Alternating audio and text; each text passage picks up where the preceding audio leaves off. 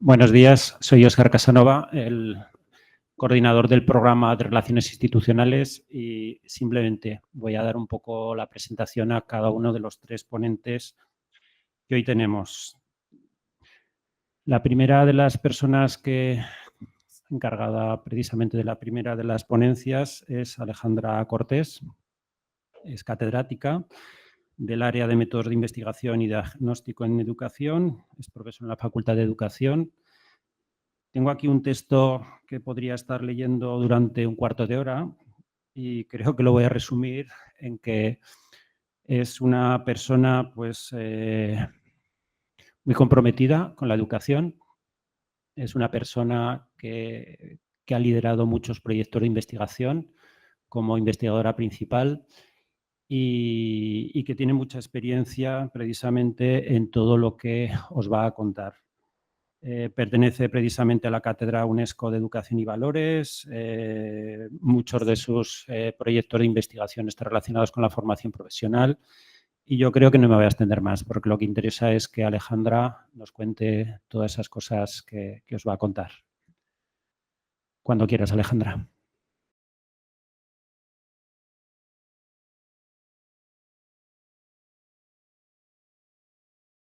Muchísimas gracias.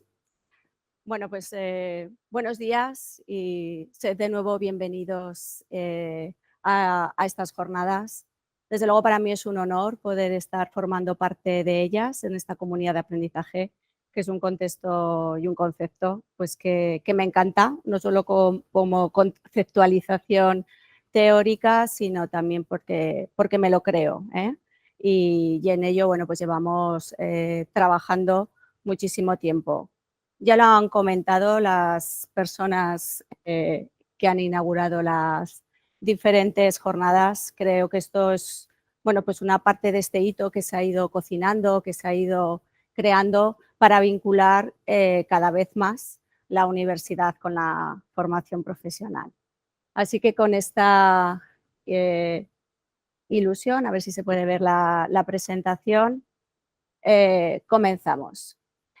Bien, he de decir que para crear la presentación, a pesar de que son cuestiones que en los diferentes grupos de innovación docente y de investigación hemos ido trabajando, he intentado mimar todo con mucho esmero para intentar ofreceros cuestiones que, bueno, pueden ser más tradicionales de esa innovación y de esa innovación social y también lo que se puede estar abordando en estos momentos.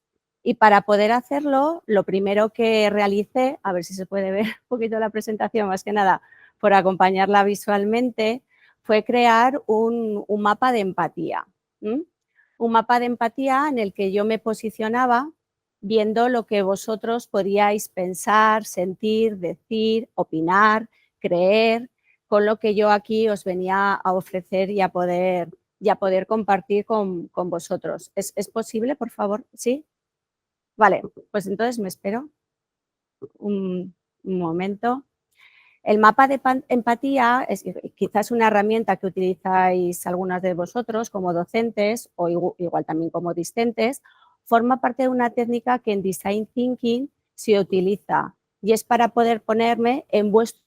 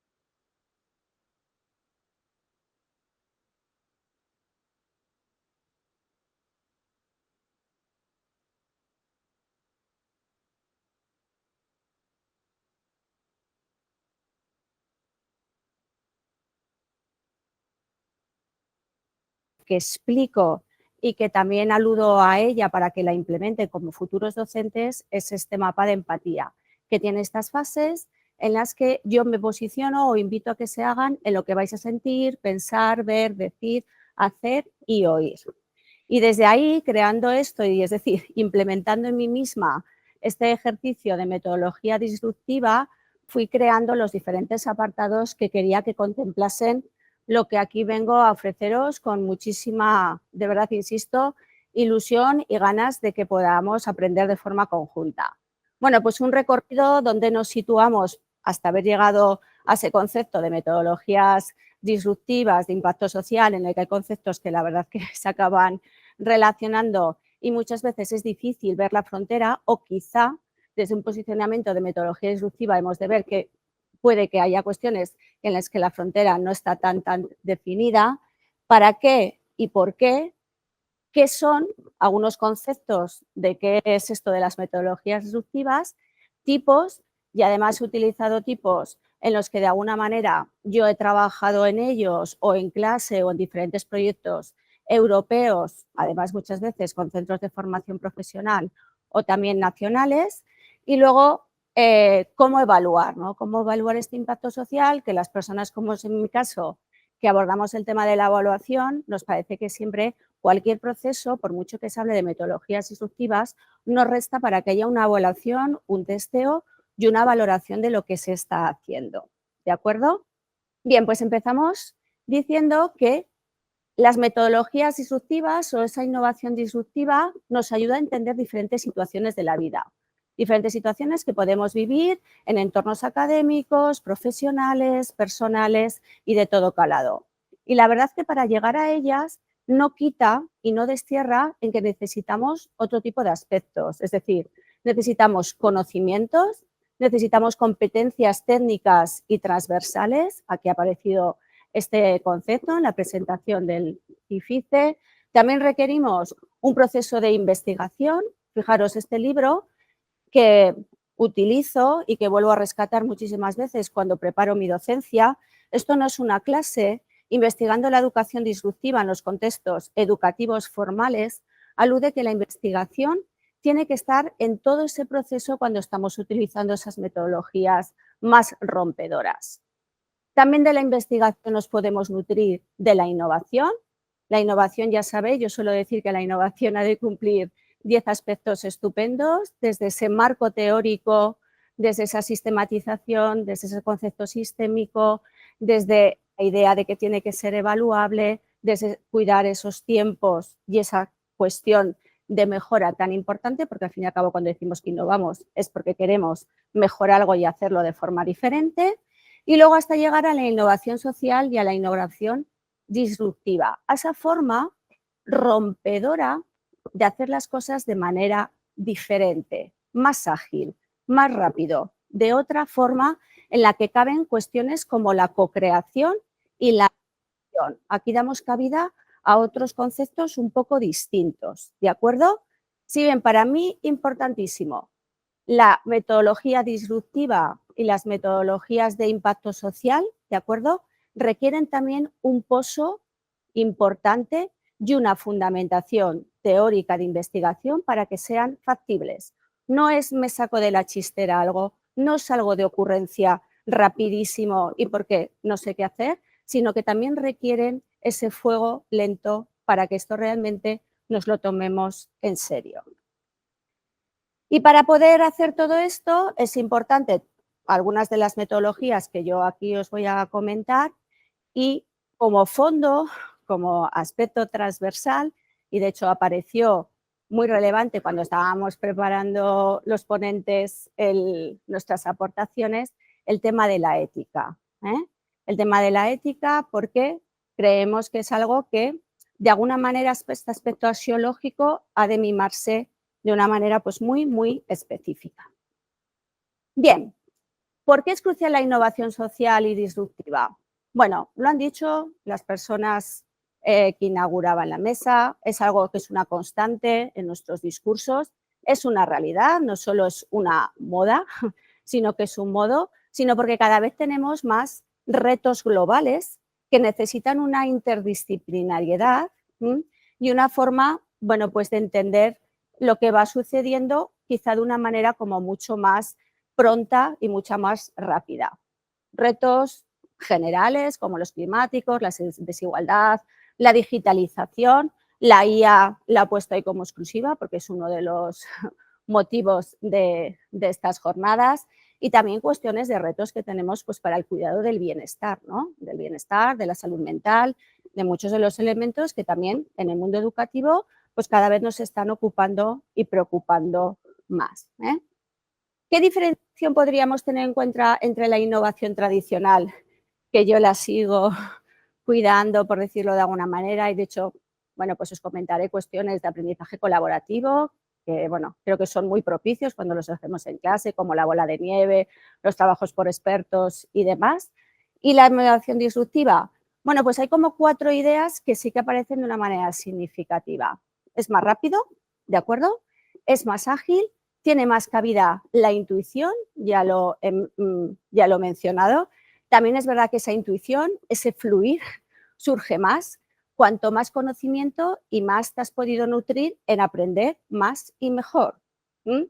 ¿Cuándo a los docentes nos sale muchas veces mejor la clase? Cuando detrás sabemos que tenemos un bagaje y, bueno, y muchos conocimientos asentados y un saber hacer y un saber ser importantes para situarnos en esos contextos y delante y junto de nuestro estudiantado, ¿sí? Y una co-creación. Yo bueno, por no decir todos los proyectos de innovación docente que he llevado en la Universidad de Zaragoza o he colaborado han sido cuestiones en las que hemos abordado las cuestiones de manera muy, muy colaborativa. Y esto es algo que también es muy importante y que aparece en todas estas metodologías disruptivas. Hay un concepto, es de 1997, no pasa nada, lo he traído casi a colación aposta, pues para decir que esto, bueno, pues es algo que ya hay personas que se han ocupado, ¿no? Y que han intentado abordarlo, que es un enfoque que define esa metodología disruptiva como un enfoque centrado en la solución de manera distinta, de manera rompedora, que eso es un concepto, bueno, pues que también es interesante. A mí hace años ya me empezó a apasionar mucho cuando se hablaba de la educación, de la deconstrucción de la educación, de que aprendemos, desaprendemos, reaprendemos, es decir, como otra forma, ¿no?, de darle significado a lo que estamos enseñando y aprendiendo. Yo recuerdo hace tiempo que cuando empecé a apasionarme por los temas de los currículums vitae, decía, bueno, aparte del currículum vitae, ¿cómo podemos hacer esa demostración de lo que sabemos de otra manera? Y eso me llevó a empezar en muchos proyectos de portafolios profesionales. Ahora ya se habla mucho de esto, de los portafolios de evaluación. Cuando esto yo empecé a aprender en otros contextos europeos, estamos hablando, pues, la verdad que hace 20, 25 años, yo no lo escuchaba tanto. Es decir, como hacer, plasmar esas realidades, esas diferentes situaciones de una manera un poco distinta, ¿de acuerdo? Y desde ese enfoque de pasado y de cuidado del conocimiento a todos los aspectos de investigación, como ya comentaba. Bien, ya hemos dicho que se basa en la evidencia, tenemos que saber, tenemos que conocer para poder hacer metodologías disruptivas. A veces suelo comentar a mis estudiantes, no de repente tú llegas y eres docente de infantil, de primaria o de formación profesional, porque tengo también la suerte de dar clases en este diploma de FP, y voy a poner un vídeo o voy a hacer un trabajo colaborativo porque no sé qué hacer, sino porque lo he preparado con consciencia y con ganas de aportar. Es decir, hay un trabajo previo muy importante para que luego ese fluir sirva a hacer un pensamiento distinto, que también es ese propósito de las metodologías disruptivas.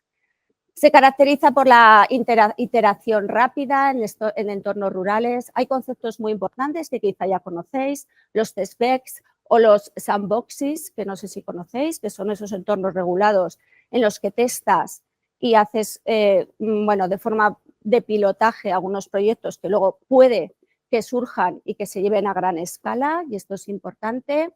Ya la Comisión Europea cada vez está sacando más directrices en relación a cómo llevar todo este impacto social e innovación. Creo que esto es algo también importante a destacar.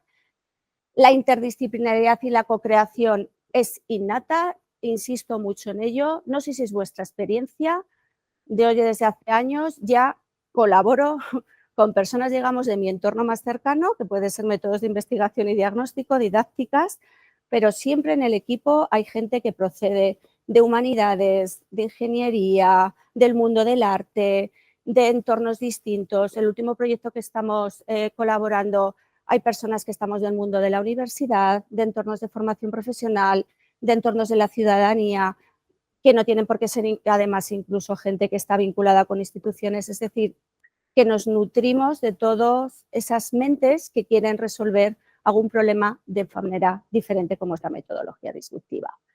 Y luego puede tener un impacto en la gobernanza y en la regulación, es decir, cada vez más, con mucha prudencia, porque es verdad que hay que hacerlo de esa manera, pues están llevando a cabo decisiones muchas veces desde el punto de vista político en diferentes ámbitos, gracias a innovaciones sociales que pueda haber detrás y que también esto yo creo que le va dando cada vez más autoridad a que esto es algo que importa y aporta, conceptos que para mí son esenciales.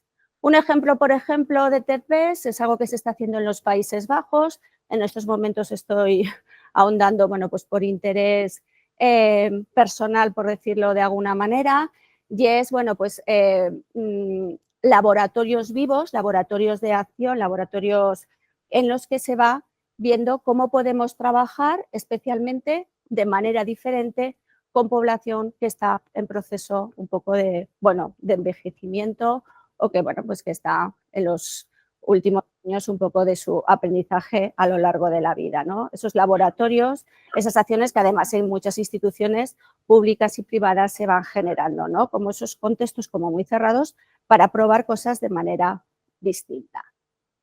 Bien, llegando a esta conceptualización, o sea, ya hemos llegado a esta conceptualización y me voy a centrar en algunos tipos que, como os he dicho, he preferido compartir con vosotros lo que yo he podido hacer en gran medida y llevo viviendo pues desde hace tiempo. Incluso ya os diré, pues hay una tesis de design que estuvimos elaborando durante 2 años de recogida de datos y que luego, bueno, pues se plasmó en un proyecto tan potente como puede ser una tesis y en diferentes artículos. Antes de meterme en los tipos, me imagino que conocéis el laboratorio de Aragón, que fue algo bastante pionero y en el que ahí se habló del modelo HIP, ¿no? Del modelo de innovación social. De hecho, nuestra convocatoria de proyectos de innovación docente, ¿verdad, José Ángel? Cuando introducimos un programa específico de innovación docente, fue un programa que denominamos proyectos de innovación social. El huerto que hay en Cifice, que ha aparecido un poco en las imágenes, es un proyecto que en gran medida se nutre de un proyecto de innovación docente que creamos a través de la convocatoria de proyectos de innovación docente de la Universidad de Zaragoza.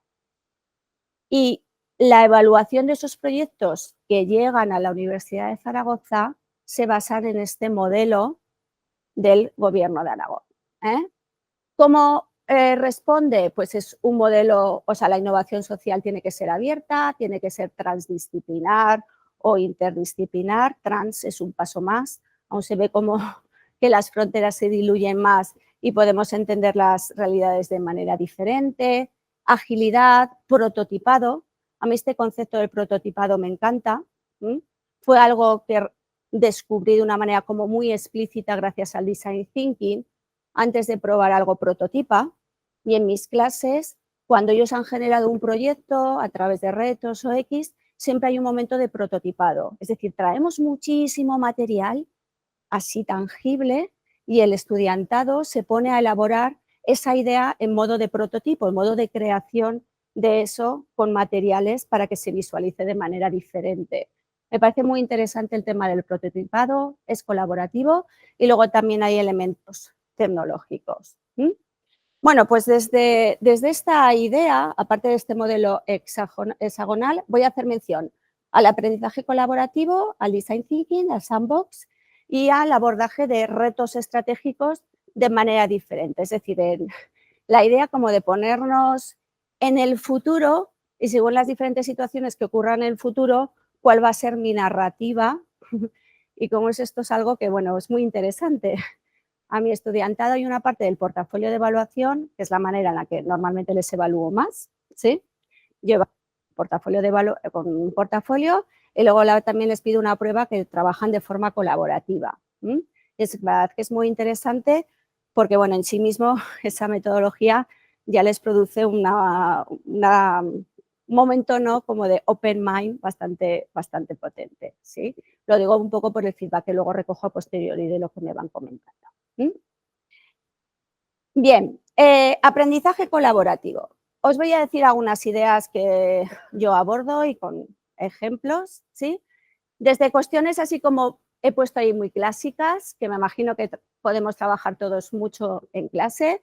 Yo en muchas ocasiones empiezo con una bola de nieve, lanzo una idea, imaginad que yo aquí lanzo una idea.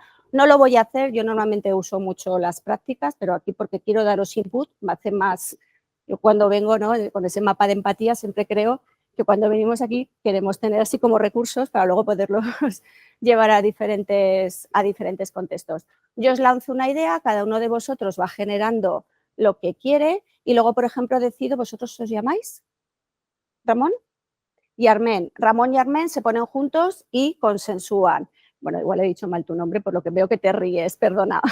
¿De acuerdo? Luego vosotros dos os juntáis con vosotros dos y así vamos generando un entorno de aprendizaje colaborativo. Eso, por ejemplo, lo hago muchísimo. También introduzco el elemento de expertos. Igual decido que a uno de vosotros sea experto porque os doy un texto específico y a la siguiente clase sois los que en el grupo vais a poder tener como una voz diferente de esos expertos para poder generar ese aprendizaje diferente, ¿de acuerdo? Eso es algo que también me parece que es muy interesante. O, por ejemplo, los agrupamientos rotatorios, ¿de acuerdo? En el que yo decido que aquí haya un grupo, ha habido diferentes y ese experto, que es el alumnado, va pasando de diferente grupo a diferente equipo para poder nutrir y ofrecer ese conocimiento que ha aprendido quizá con una cierta metodología de clase invertida porque yo les he dado un input de un artículo o de un documento que el resto no conoce. A mí todos estos aspectos, bueno, me producen una forma distinta de aprendizaje y creo que también es importante. También uso elementos que tienen que ver con comunidades de aprendizaje. Un momentito veía a Carmen El Boja ahí.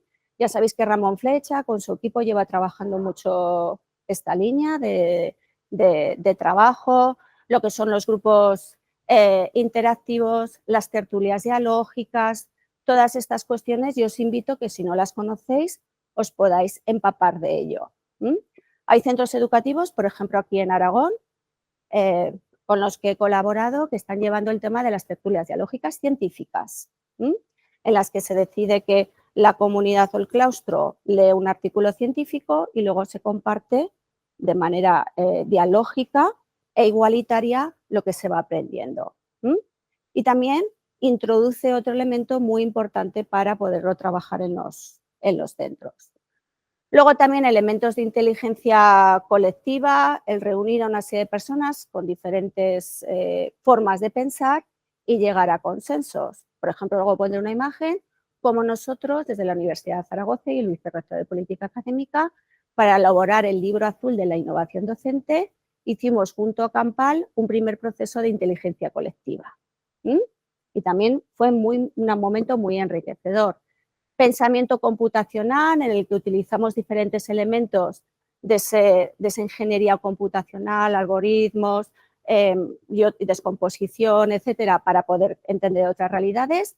Aquí, junto a la Cátedra Colegio Juan de la Luz e Innovación Educativa, también generamos una jornada sobre esto.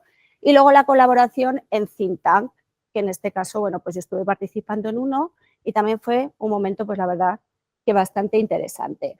Pues bien, para visualizar un poco lo que estaba comentando, en 2022 hicimos unas primeras jornadas sobre pensamiento computacional y educación.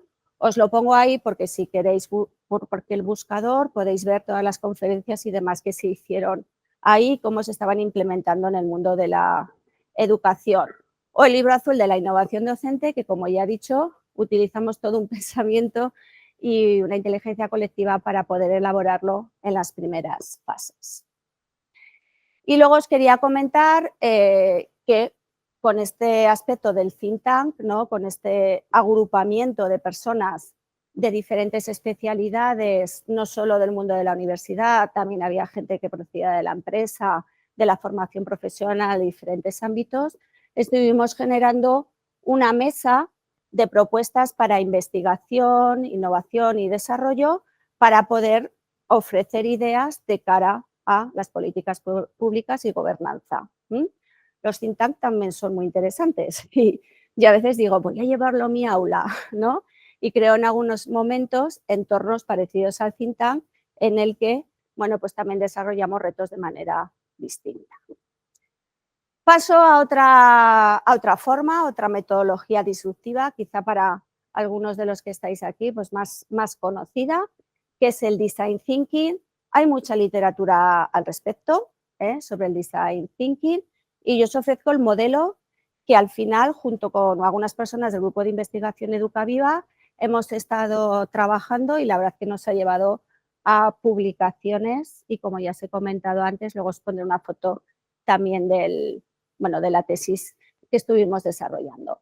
Es un modelo que se centra primero en proponer a las personas con las que estás trabajando que haya una fase muy importante de investigación, luego, después de esa investigación focalizamos, yo suelo utilizar la metáfora que es como un reloj de arena que se abre al principio, se cierra, se abre, se cierra, ¿no? Para poderlo entender.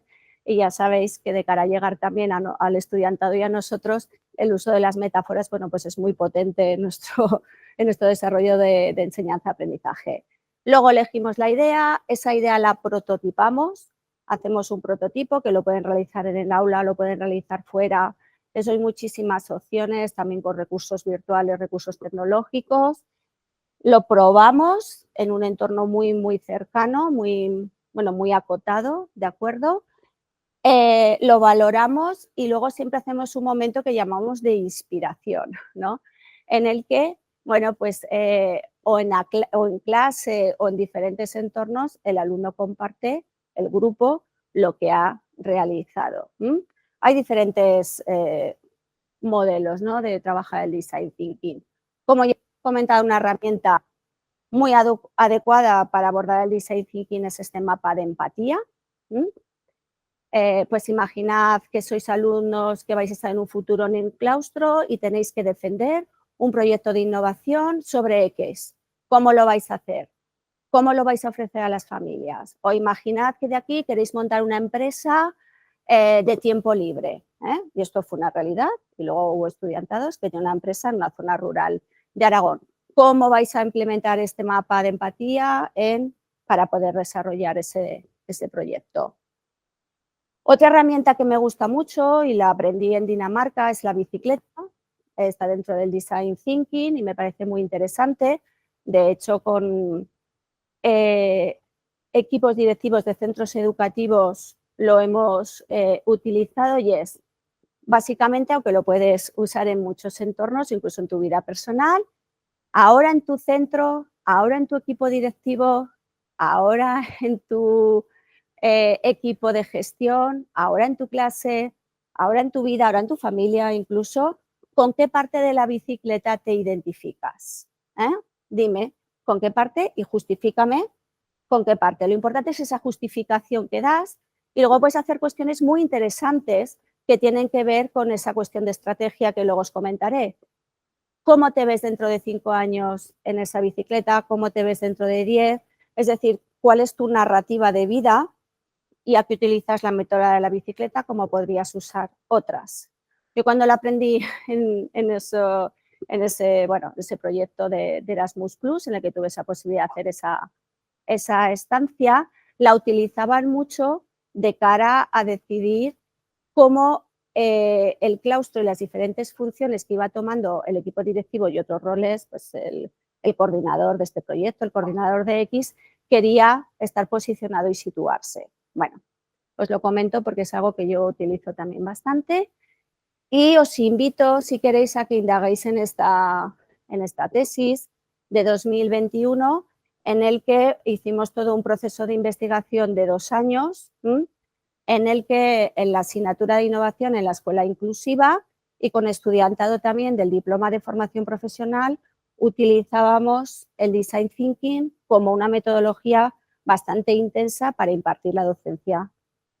Y lo fuimos todo midiendo de una manera bastante, pues muy controlada, con metodología mixta, cuantitativa y cualitativa, y recogiendo voces de diferentes entornos, no solo del estudiantado, sino también de otras personas a los que iba la implementación del Design Thinking. Bien, ya paso a la siguiente, que son los sandboxes, que es ese entorno regulado en el que testas una idea que tú tienes y que está muy bien y que cada vez utilizando más, que hay normativa, como ya os he dicho, o directrices que abordan y que se pueda realizar. Y en este sentido, y un poco vinculándolo con el resto de ponencias de mis 2 excelentes compañeros, pues encontré cómo se estaba haciendo un sandbox regulatorio para la implementación del futuro Reglamento Europeo de la Inteligencia Artificial. Es decir, que es algo realmente que tiene su impronta y que tiene su, que se está utilizando y que se está regulando para que esto sea factible. Y paso ya al aprendizaje por retos. Es algo que es a veces que lo hilamos con el aprendizaje por inducción, por muchísimos otros conceptos que yo la verdad es que no paro de aprender, también gracias a últimas tesis que he tenido la oportunidad de codirigir y que hay futuras doctoras, presentes doctoras en estos momentos que lo llevan trabajando en sus aulas de secundaria bastante tiempo. Bien, aquí en el aprendizaje por retos me voy a centrar en un poco esa perspectiva de estrategia y luego yo os voy a comentar una metodología en concreto que utilizo basada en Disney, en el que se habla de mi proyecto soñador, de mi proyecto crítico y de mi proyecto realista. ¿De acuerdo? Y cómo lo implemento, y es otra forma, vuelvo a insistir mucho, de expresar esa necesidad de cambiar algo de manera diferente. Pues bien, desde estas metodologías de foresight, de perspectiva estratégica, es una forma, no es un conjunto de métodos y herramientas que nos ayuda a anticipar tendencias, cambios, os leo la definición más exacta, cambios y futuros desafíos. Es como ponernos en anticipación, ser proactivos a diferentes situaciones que nos podemos encontrar en un futuro. Imaginémonos que dentro de unos años los centros educativos utilizan la inteligencia artificial en un 70%. ¿Qué pasaría? ¿Qué haríamos? Imaginémonos que dentro de no sé cuántos años hay una baja de natalidad muchísimo más acuciante que la que pueda estar abierta. Es decir, diferentes situaciones en las que vamos a ver qué pasa. ¿De acuerdo? Y bueno, pues otra es forma de plantearnos qué hacer ante esas situaciones y ser proactivos. Mi primer proyecto de innovación docente, yo suelo decir que fue un proyecto de proactividad, ¿de acuerdo? Porque es un concepto que a mí siempre me ha parecido súper potente, ¿no? El poder formar a la gente para que piense que puede suceder en un futuro, no porque vayamos igual justamente a ir en ese camino, sino porque ver diferentes situaciones, diferentes panoramas, escenarios, pues bueno, nos ayuda también a tener más capacidad de decisión. Creo que la función docente es, en gran medida, ayudar al estudiantado a que sea capaz de tomar decisiones y además es un concepto que a mí me encanta porque decidir es vivir y si no decides tú, deciden otros por ti y es algo que yo creo que esa función orientadora que también tenemos los docentes ha de estar ahí plausible. Bueno, hay varios tipos, el escaneo del horizonte y la construcción de escenarios. Bueno, aquí se trata un poco en el escaneo de horizontes ver situaciones débiles o emergentes que pueden impactar en un futuro y qué vas a hacer tú ante esas situaciones que en principio pueden estar apareciendo, ¿no? Pues hay escasez de agua, hay escasez de X. ¿Qué voy a hacer yo para poder situarlo? Y luego la otra forma que yo sí que utilizo para la evaluación de parte de mi estudiantado en el portafolio que les solicito, es crear diferentes narrativas sobre cómo podría ser el futuro en educación y ellos eligen un poco la temática. Una narrativa más de corte optimista, más pesimista, más disruptivo, más normativo, X. Ellos eligen la narrativa y les solicito que además la describan e incluso hay alumnado que me ofrece vídeos que incluyen en el portafolio contando esa narrativa. Ya sabéis que ahora el valor del storytelling, de la narrativa, de cómo cuentas, tiene cada vez más poder, incluso en los currículos vitae, ¿sí? Yo de las últimas convocatorias que me he presentado, pues el cómo tú te expresas y el cómo comunicas, el cómo eres, el lo que quieres y demás, pues tiene una significatividad de cómo tú te estás definiendo como persona y como profesional. Bien, bueno, a mí esto me parece muy interesante, ahí sigo indagando en ello. Y como ya os he dicho, esta es otra herramienta que utilizo, además lo hago con muchos elementos cinestésicos, ¿eh? Es decir, eso es un contexto de aula, ahí está mi yo realista, ahí está mi yo crítico, ahí está mi yo soñador. Normalmente intentamos que empezar por el yo soñador, tengo un objetivo, tengo un reto, tengo un proyecto que hacer, ¿vale? ¿Qué es lo que propondría? Aquí sí que les digo, abrid la mente, todo lo que se os ocurra, todo lo que penséis que puede ser posible e incluso, o sea, no tengáis en cuenta las normas, ni lo que va a decir el centro, ni lo que va, sino, vamos, apertura mental de una manera maximizada. Luego vuelvo a mi realidad, ¿no? ¿De acuerdo? Y es después de todo esto, ¿qué es lo que realmente podría ser factible hacer?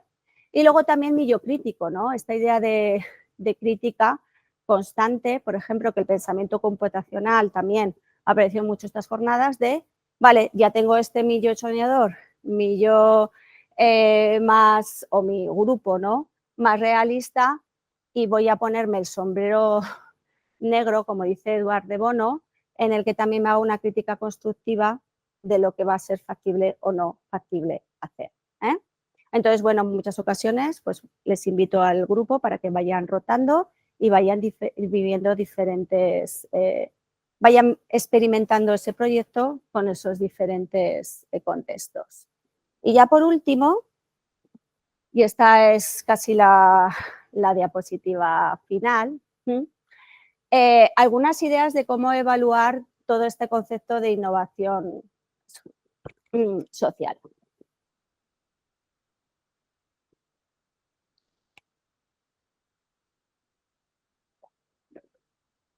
Bueno, hay como varios conceptos, de alguna manera u otra los conocéis o incluso aquí os los he comentado y que nos sirven pues para ver si lo que estamos haciendo está teniendo el resultado que queremos. Bueno, ¿cuánta participación ha habido? ¿Cuánta co-creación? ¿Cuántas personas se han involucrado? ¿Cuántos grupos se han beneficiado de lo que yo he hecho?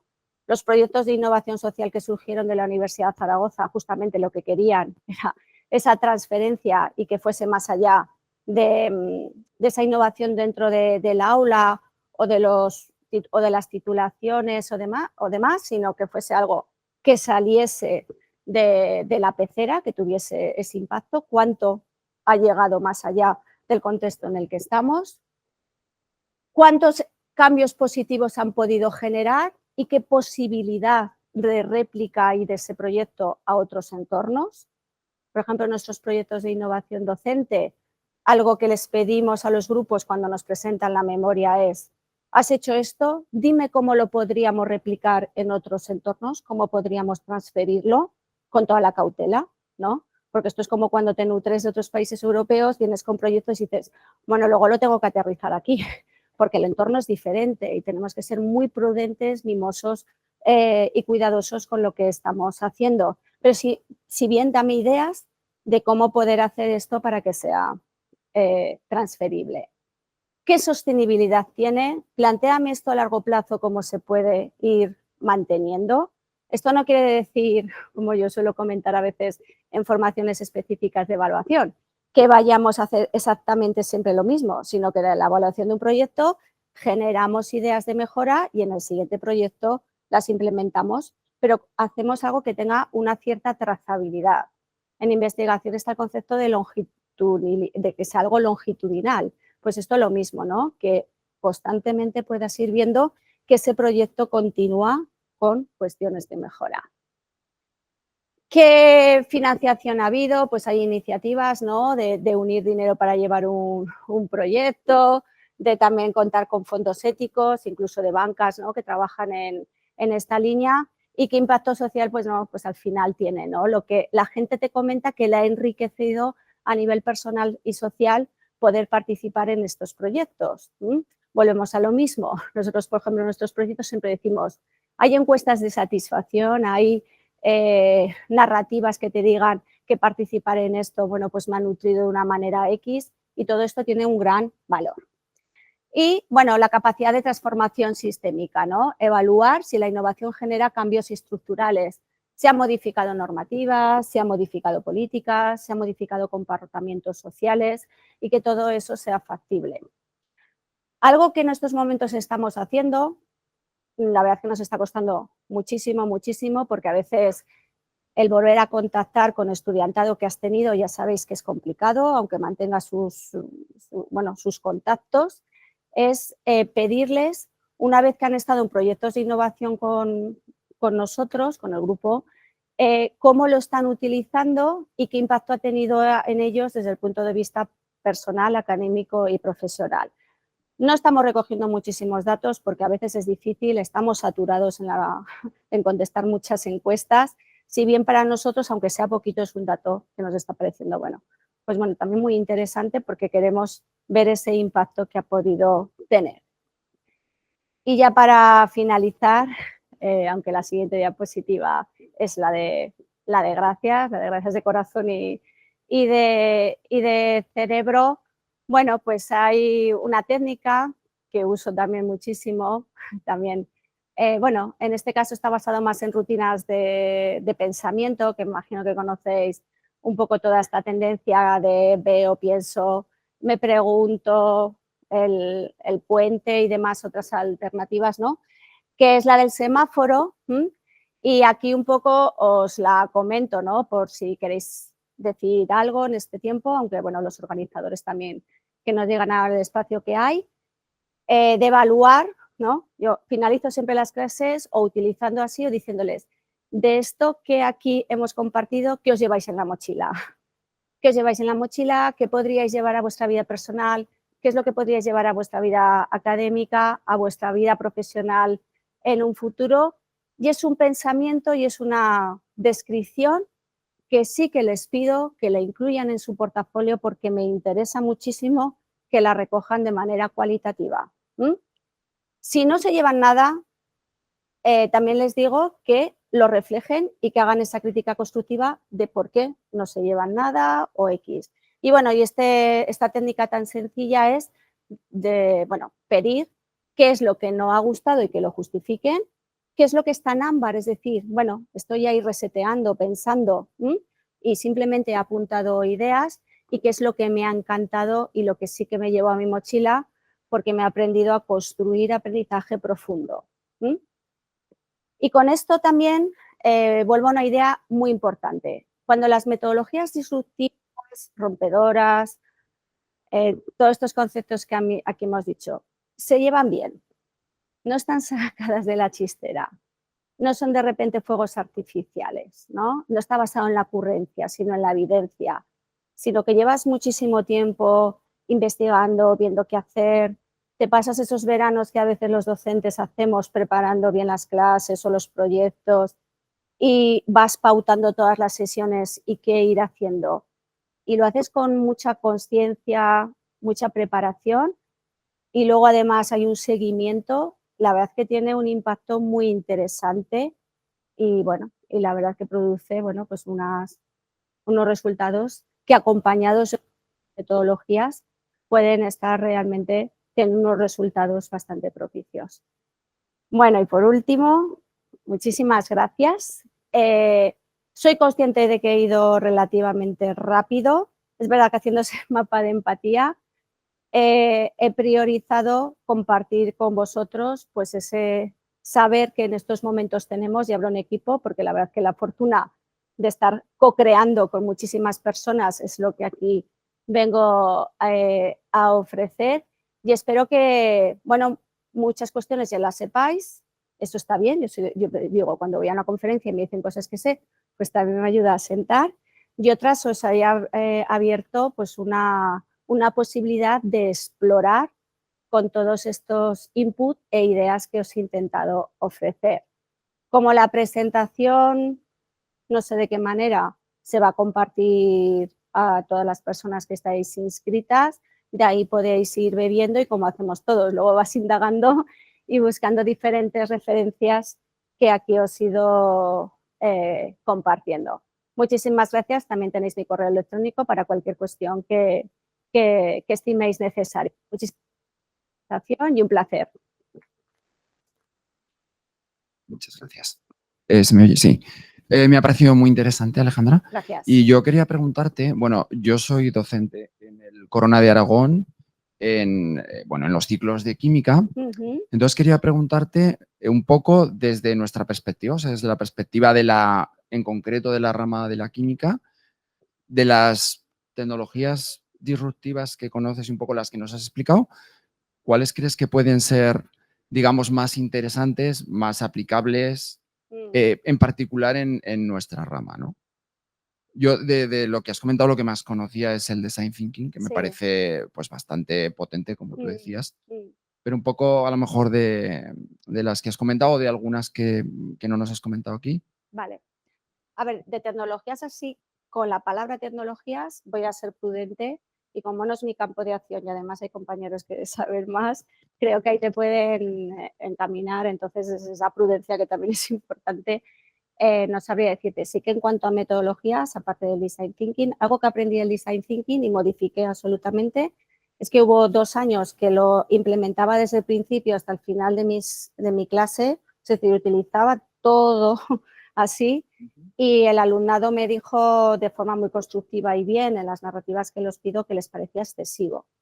Entonces, ahí me di cuenta que recalculé y sí que tiene un porcentaje significativo, pero utilizo otro tipo de metodologías. Lo digo porque, bueno, pues por una cuestión que te has dicho del design thinking.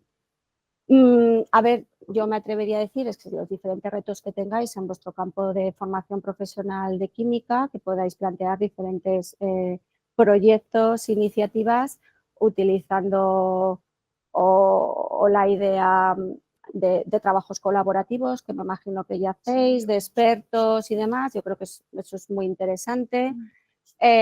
Todo el tema que os he propuesto de estrategias, como en un futuro diferentes escenarios que vosotros podáis ver, incluso con vuestra mediación como docentes, que se puede ocurrir en la formación profesional en química y qué van a hacer para que eso suceda o para que eso no suceda. Yo la verdad que personalmente me he maravillado cuando a veces al alumnado le he comentado, por ejemplo, un reto que trabajé hace poco, por darte una idea que no es exactamente de FP de química, pero les dije, imaginad que ahora se volviese otra vez a que no hubiese jornada continua, ¿de acuerdo? Que es algo que hubo aquel. ¿Qué pasaría? ¿Qué haríais? ¿Cómo lo plantearíais? ¿Cómo lo trabajaríais en el centro? ¿Cómo lo trabajaríais con las familias? ¿Cómo lo abordaríais como comunidad? Por decir una situación que a veces en el debate público educativo surge. Y bueno, hubo unos escritos estupendos y factibles, porque yo siempre les digo, pensad ese Disney, ¿no? Esa idea un poco más disruptiva, pero también pensando que sea factible. Es decir, bueno, todos estos discursos y luego utilizando, ya sabemos que tanto nosotros como el discente se va a sentir cómodo en diferentes situaciones de ofrecer ese conocimiento, ¿no? Y yo les doy absoluta libertad en que pueda ser por escrito, en que pueda ser visual, que creen vídeos, que creen podcasts también. A veces en ocasiones ha habido gente que en su portafolio me lo ha hecho en la página web y he incluido podcast sobre diferentes cuestiones que les ha parecido interesante, ¿vale? Y utilizar mucho pues, el tema del movimiento en clase. Quizá en tus aulas es más común. A veces en las universitarias, pues yo no lo he visto tanto, ¿no? Y el producir movimiento y que vayan rotando y que se vayan moviendo, todas esas cuestiones, está ahí. De todas maneras, si te interesa, estamos también un poco trabajando en esto y además a punto de, de publicar un manual, cómo efectuar todo esto de una manera. Es verdad que no es FP, con la especialidad que me comentas, entonces prefiero la prudencia también porque no es algo que te diría, sí, justamente esto. Entonces, porque yo pienso que también un poco nuestro trabajo también es la traslación de eso, claro, a nuestro, gracias. digamos, a nuestro Eso. campo concreto, porque quizás seamos quienes tengamos más conocimiento de cómo poder aplicar eso concreto, ¿no? Pero Eso, lo que está bien es tener un feedback de ideas que luego, pues eso, nosotros podamos trasladar. Eso. Por ejemplo, en el diploma de formación profesional, simplemente un poquito por paralelismo, como yo les ofrezco una parte de cómo comunicar, porque es, digamos, el módulo en el que yo trabajo, les ayuda muchísimo el cuando ellos están presentando su TFD, su trabajo fin de diploma, el que se graben comunicando y viendo cómo abordar la comunicación verbal y no verbal, visualizarse y que luego haya una evaluación, digamos, 360 grados con sus compañeros y con personas fuera de su ámbito que les va diciendo cómo lo hacen con diferentes parámetros. Lo digo por si en tu entorno se da que tienen que presentar proyectos de manera oral, tan importante es lo que han hecho como el cómo lo comunican. Y eso es algo que en el diploma, cuando yo doy esas sesiones, han valorado de manera muy positiva de cara a mejorar esa soft skill, esa competencia transversal desde el punto de vista comunicativo. Es verdad que es algo transversal a tu FP y a otras, pero bueno, como ahí viene gente de diferentes ramas e inquietudes, pues por compartirlo. Gracias. Muy bien, muchísimas gracias. A ti.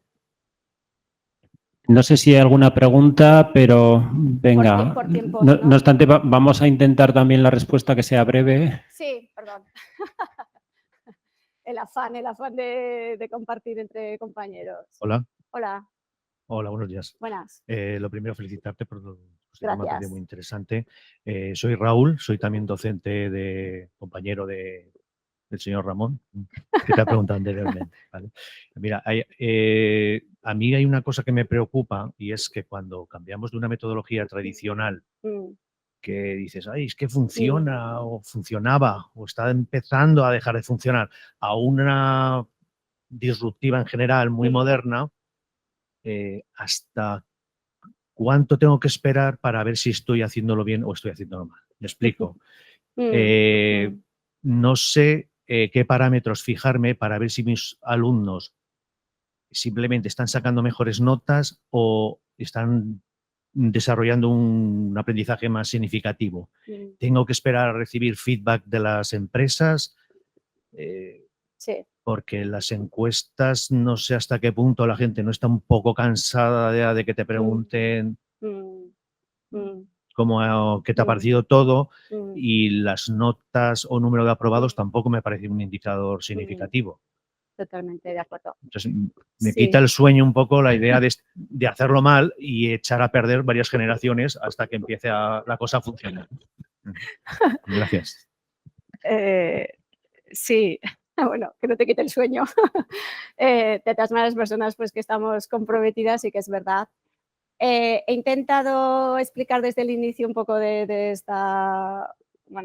este espacio que para llegar ahí se necesita todo lo previo. A veces cuando he podido dar cursos como más específicos de metodologías de este calado, yo suelo decir que dar una buena clase magistral participativa es estupendo y que nos asienta muchos conocimientos y que es muy importante, ¿no?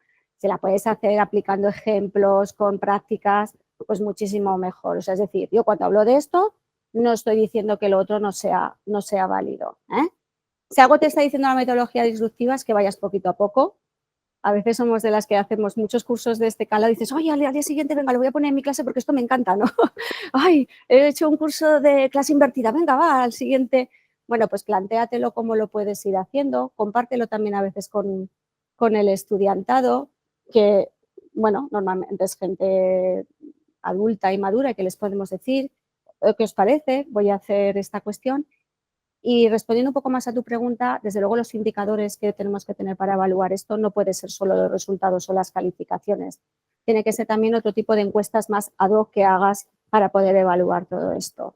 Ahora, por ejemplo, que en la Universidad de Zaragoza hemos estado en un proceso ya desde hace unos años volviendo a mejorar la encuesta de satisfacción, también hemos intentado, aparte de que ya había este tipo de aspectos, evaluar tu clima de clase, o sea, cómo ves el clima de clase, para qué te ha servido, es decir, otros elementos que luego las empresas, las instituciones públicas, privadas van a pedir también porque para eso lo haces.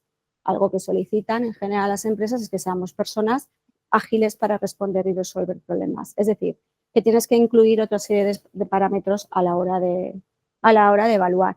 De esto hay bastante literatura. Yo no sé, al difícil le puedo compartir algunas referencias de cómo incluir más parámetros para poder evaluar esto. Y bueno, como muchas veces la virtud no está en el punto medio puede ser muy subjetivo, depende de tu contexto de aula, tu FP, etcétera, pues tú tienes como que ir viendo qué diferentes metodologías te vas nutriendo para poder ir haciendo las cosas lo mejor posible. Y a veces es un arte, la docencia acaba siendo un arte, y yo a veces veo que tengo que dar más clases magistrales participativas, otras veces incluir, utilizo lo inductivo, lo deductivo, voy ahí un poco también preparándomelo mucho, ajustándome también a los entornos en los que estoy haciendo. Pero claro, todos estos parámetros se tienen que medir o se tienen que evaluar de otra forma. Lo que sí que te puedo decir es, por ejemplo, tesis como el design, la que te he dicho, y otros que están viendo que sí se mejoran otros aspectos, y eso es lo que sí que se necesita más para poder dormir tranquilo, por decirlo de una manera, y decir, bueno, pues voy con más seguridad a poder implementar esto. A mí me ayudó mucho, insisto, esta tesis para ver cómo hacía el design thinking mejor en mis clases. Fue una maravilla. Y luego, claro, encontrar alumnado que quisiera hacer tesis sobre algo que tú estás implementando en clase, que a veces no siempre es posible y hay que respetar también lo que cada uno quiere dedicar tantos años de investigación. Así que, bueno, más preguntas, más... Pero ya la última, breve y con contestación breve. Venga, va, esta crítica es para... Buenos días. Bueno, como alumna y en nombre de mis compañeros, quería preguntarle cómo a la hora de hacer uso en el aula de estas nuevas plataformas de aprendizaje en línea, cómo nos podemos fiar de que la información que nos dan es totalmente fiable o puede ser errónea o cómo podemos hacerlo. Gracias. ¿Te refieres en línea de lo que vas consiguiendo de diferentes fuentes? Sí. Bueno, te hablo como persona que a veces cuando tiene que dirigir sus trabajos de clase o sus trabajos fin de diploma, sus trabajos de fin de grado, etcétera, hay una serie de bases de datos que son totalmente fiables y que puedes extraer artículos científicos que han tenido todo su proceso de validación bastante bueno. Además, últimamente, pues en esas bases de datos de artículos de investigación, no solo son artículos que a veces hablamos de JCRs o de posicionamientos muy concretos, sino que se está abriendo para que esto sea factible. En la Universidad de Zaragoza tenemos un repositorio muy importante y luego tenemos muchas bases de datos, ScienceDirect, ERIC, Teseo, muchas de acceso público y abierto, porque cada vez eso es más común. Y como hay un proceso previo de revisión de pares de esos artículos y de esos documentos, de ahí te puedes fiar. Y si tienes que crear instrumentos ad hoc, bueno, pues hay un proceso de investigación que tiene que ser muy riguroso para poder implementar todo eso. Ya está, es que como han dicho que, ¿vale? Pero es que puedes ir ahí a fuentes fiables para que esto sea, y es el ABC casi con el que inicias cualquier seguimiento y acompañamiento y orientación cuando se quieren crear proyectos potentes y de cara a presentarlo, que sí que hay bases de datos muy fiables y buenas para eso, ¿vale? Desde luego, lo que te ofrece el chat así rápidamente, ya sabéis que tenemos que tener un cuidado muy importante, me da igual que sea de pago o no pago, tenemos que testar, aunque sí que es cierto que cada vez se están haciendo Consensus, por ejemplo, es una plataforma que yo utilizo y que te ofrece una base de evidencia científica muy importante y que está muy bien trazada. y cada vez se está abordando esto más para hacerlo más riguroso con inteligencia artificial, ¿eh? De acuerdo, aunque el ChatGPT pues sea lo más conocido para todos, pero hay cada vez más de base científica muy interesante para poder nutrirte y que el ojo humano siempre luego esté detrás, porque tú tienes que poner tu impronta, tu posicionamiento y bueno, y tu saber hacer como docente, y para eso necesitas conocimiento antes y haber estudiado mucho, o sea, y haberte estudiado todo para ver en qué posicionamiento estás. Bueno, ya está, sí, ¿verdad? Bueno, pues reitero el agradecimiento y bueno, os deseo que siga así, desde luego estoy convencida y gracias por haber co-creado, ¿no? Esto también ha sido una co-creación entre la universidad, los centros de formación profesional, estas jornadas. Mil gracias.